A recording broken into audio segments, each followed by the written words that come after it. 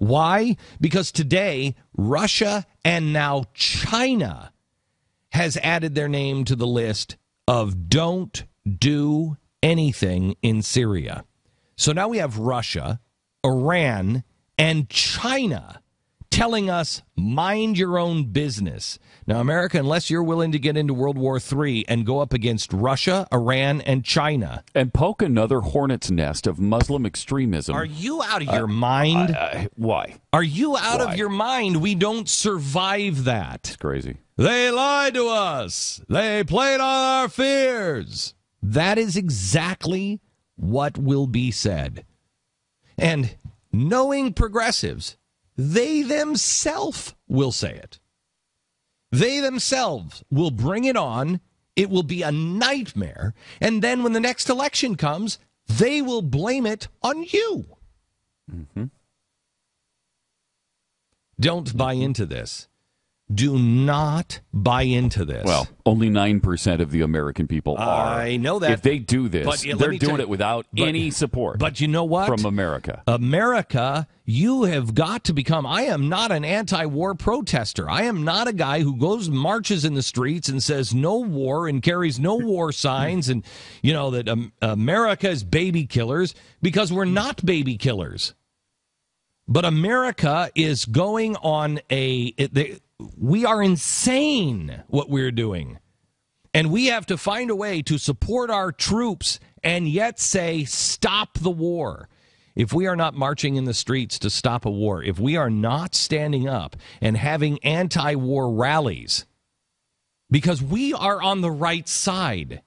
Now, maybe there's a lot of people like John McCain and Lindsey Graham who will want to paint you as extremists or whatever, and the president will want to do the same thing. But I'm telling you, pay no attention to the media, pay no attention to the people in Washington. This is a paper tiger. They have nothing left. No one is listening to them anymore. They are not listening. If we unite on things that are uniting, the reason why this president was elected in the first place is because he was anti-war. Now, a lot of people were not on our side, were not anti-war then, but they were starting to turn because they said something is wrong. Something is wrong. We are not fighting this to win. What is it? Well, now you know what it is. Now you know what it is. It's political correctness. It is the Bush administration being in bed with the Muslim Brotherhood and the Saudis just as much as this president. This president is just moving the boat at a lot higher speed. That's it. They have not changed course or direction. And so now, because we have had the scales fall off our eyes, go ahead, blame me for starting all of it. Blame me for standing up for it. Fine, I don't care.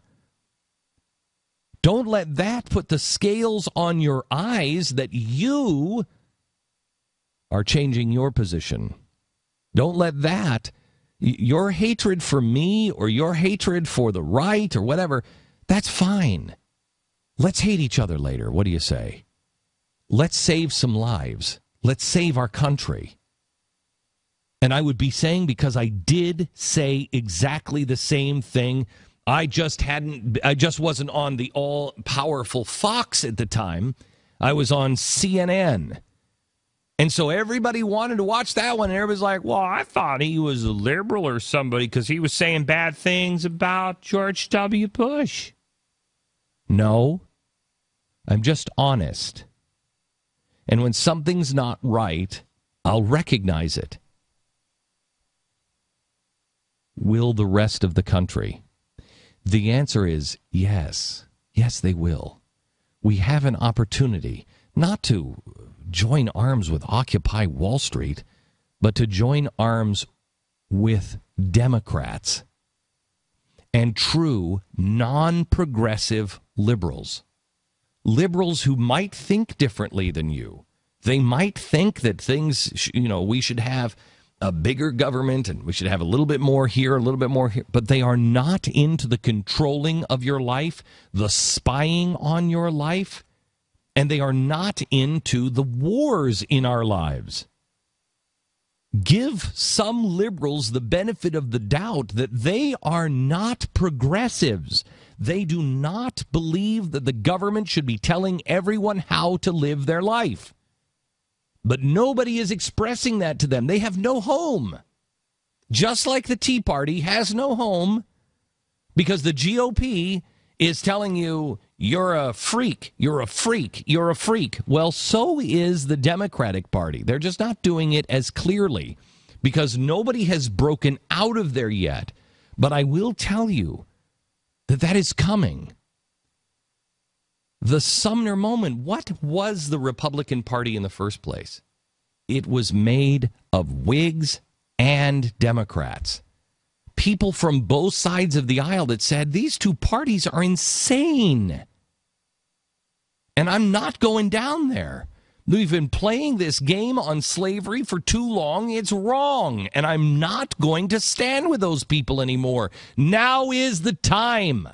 Now is the time for Democrats and Republicans to say, I'm not standing with these people anymore. They're going to get us into another war, another front, and it's suicide. The Constitution is not a suicide pact. But I think it's very important to realize that when you sign your brain away to the two-party system, you are signing a suicide pact. Wake up and wake your neighbors up and get in the streets because they are going down the same path and it will end the same way, except this time it very well could be a knockout punch because this time Russia and China are not just saying this is a bad idea. They are telling us and warning us, do not do it. We go against China. Who buys all of our debt? Do you know that Russia has turned arms shipments to America, bullets that we buy from Russia? They've turned the ships around mid-course and sent those bullets to the Middle East. Don't screw around with this. This is World War III in the making.